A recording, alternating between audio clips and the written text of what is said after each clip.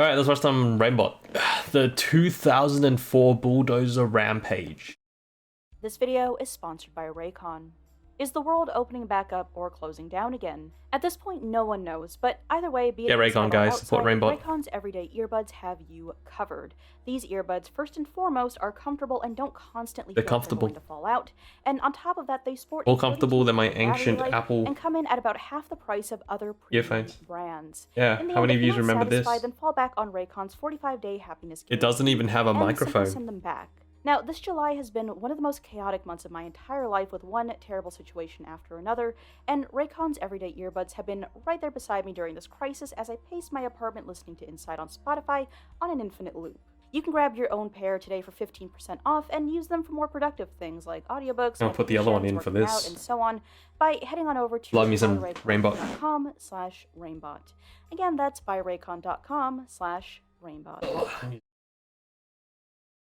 Hey, if you're just joining us, it's now 5 o'clock. This is News 4 at 5. This story's been developing since about 3 o'clock. This is file tape of a man who's got into some bulldozer that he's made into a makeshift armored covered bulldozer, and he's damaged or destroyed half a dozen buildings in Granby, a town of about 1,500, about 50 miles west of Denver in Grand County. So far, we're hearing no one's been injured, but that has not been confirmed.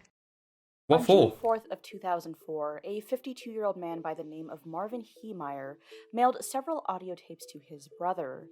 Following this, he returned to his muffler shop, gathered weapons, various supplies, and a list of targets, before climbing Man's going Mad Max out here. Modified into a tank, sporting a 30-ton armor shell. The Killdozer, as it's now known as, was complete, and ready to wreak havoc on the town of Granby, Colorado. At approximately 3 why you gotta get innocent people involved? Heemeyer crashed through the walls of his own business and struck his first target, the Mountain Park concrete plant that was located just across the street. To Heemeyer, the plant was a symbol of the problems he felt had pushed him to plan his rampage, the details of which were documented in the hours of tape he'd recorded throughout the Killdozer's construction.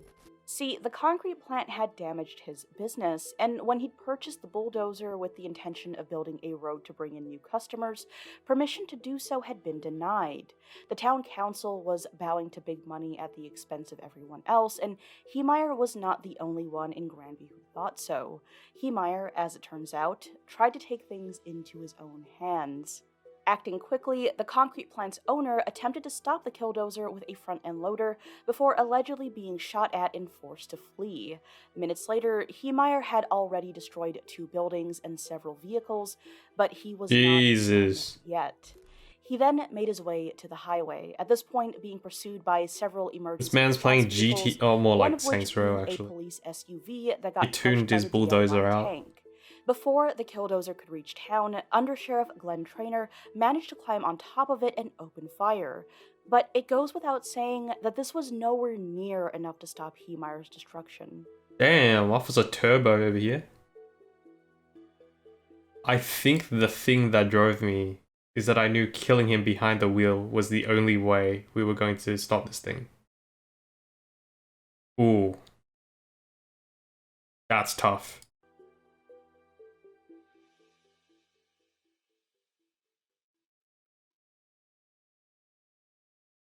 The effort to stop the Killdozer continued. Just throw an EMP at it. Of doing so you could think That's what video games have taught me. And failed. Bullets, explosives, and industrial scrapers. Just throw an EMP none of grenade. These were effective, and so Heemeyer pushed on. Keep in mind that while Heemeyer had his list of targets, no one had any idea who or what he was aiming for, so as a precautionary measure, a public alert was sent out via reverse 911. By then, Heemeyer had turned his sights on Town Hall, the very place which had been instrumental in putting him on the losing end of his zoning disputes. Next, he targeted a local newspaper office, one that, in his eyes, wow, did little this guy's gonna have a high score. The attention they deserved. He'd also bring down the home of a former judge. The judge himself had died years prior, but had ruled against him in the past, so to him, the house in which his widow lived Man has like, I'm bloody hitless, dude. He has a grudge. Severely damage or destroy a total of 13 buildings, and cause around $7 million worth of damage in total. Big As it chunk of turns out, the change. destruction would only come to an end when Heemeyer ripped through one Gamble's hardware store and fell through into its basement. There, the Killdozer became trapped as damage sustained over the course of the rampage, and the massive amount of added weight from its armored shell had finally overwhelmed it. Marvin Heemeyer was the only person to die that day, having taken his own life when the bulldozer became trapped. Attempts to breach it with I was explosives gonna ask failed, if he got and arrested. so it took a Okay. further 12 hours of work with a torch for law enforcement to get Wow. inside and recover his body. Given the monumental task that was getting in, it's safe to say that the perpetrator likely had no intention of ever getting out. Okay, Heemeyer's actions I don't get that, dude. Like, eh, maybe I'm just not in the mindset. But why go through all of that destruction and then turn the gun on yourself? Right? Like, so you won't even. You'd be gone. You won't even hear about, how people have to deal with the damage. I would expect that to be the mindset of someone who's actually going out to destroy property like this, is that they want to hear about the destruction that they've caused to get some sort of satisfaction out of it, right? If you turn the gun on yourself and you end it there, then what's the difference? And also, you should never even resort to this anyway. But I don't know. Maybe I just don't get it. It's not in that mindset. Obviously, this guy's completely bonkers, but left a major impact, not just on Granby, Colorado, but also in the general public consciousness. Heemeyer is often considered a folk hero to some for what they see as his taking extreme measures to stand up to an abuse of power. Perhaps his most infamous quote is, "Sometimes reasonable men just do unreasonable things."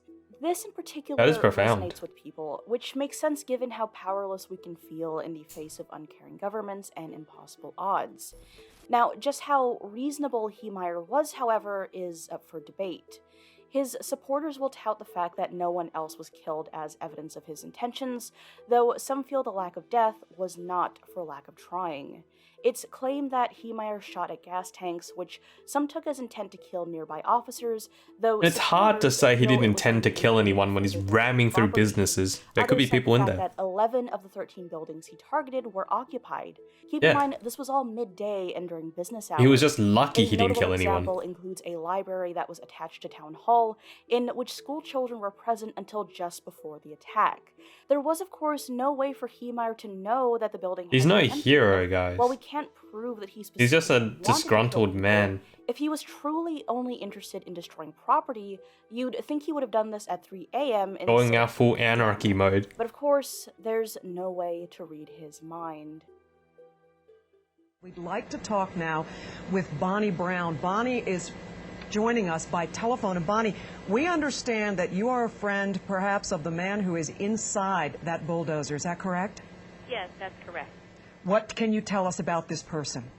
Well, he systematically is going through the different buildings. That is correct, the information about the ongoing dispute with the concrete company. And he went to Gamble's because the person who owns it was on the town council that had to do with excessive taxes on his property that he purchased to build his muffler shop. And he talked with me about doing this back in January, and just in a conversation while we were having dinner. And, of course, I thought that he was just kidding. I had no idea that he would follow And see, through that's with the it. thing. Money can be Bonnie, made. without giving us you his know? name, and You please lose money don't, now. Tell us, You can make it you back. did talk to him, and he was You don't have to planning this, resort to according this. to you. Did he mention the buildings he was going to hit, the specific buildings? No, he just said that the people that caused him harm, Never resorts to something like that this. he was going to, I'm trying to think of how I put it, that he would pay them back Bonnie, for what they had done to him. take us again through his gripe. I don't quite understand what he was upset about. Well, I wasn't really paying attention because I thought that he was just kidding, and he had mentioned something about that he purchased this land to build his muffler store at a public land auction, and that unbeknownst to him, the man who had owned the property and that was losing it was bidding against him, and he wasn't able to exceed the bid that this person had bid on, so he ended up winning the property. And the man actually had annexed this piece of property under the table with the town of Granby. Wow. And, So he got and literal Marv didn't know scammed. anything about this, and so he tried to sell the previous owner, the land back, and he didn't have enough money.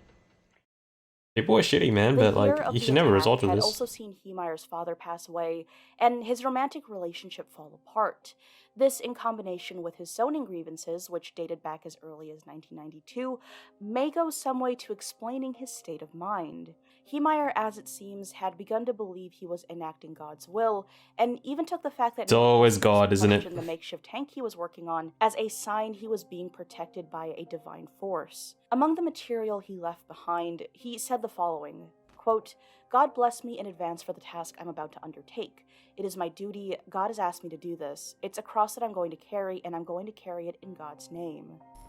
So Wow. whether or not you think Marvin Takes one Heemeyer to is a sully hero God's or name like that, villain, huh?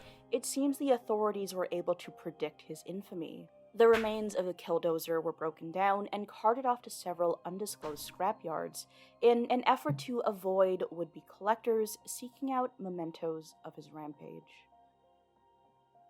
That is sad.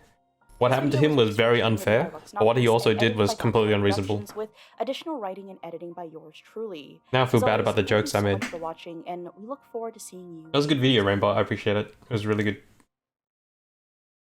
That was Reignbot, guys. 2004 Colorado bulldozer rampage. Never mess with someone who literally has nothing to lose. The thing is that he lost a lot of money. He was in a bad mindset. But like I said, money can be made again. It sucks. It really does. And it feels like your world is coming to an end. But you can make money again.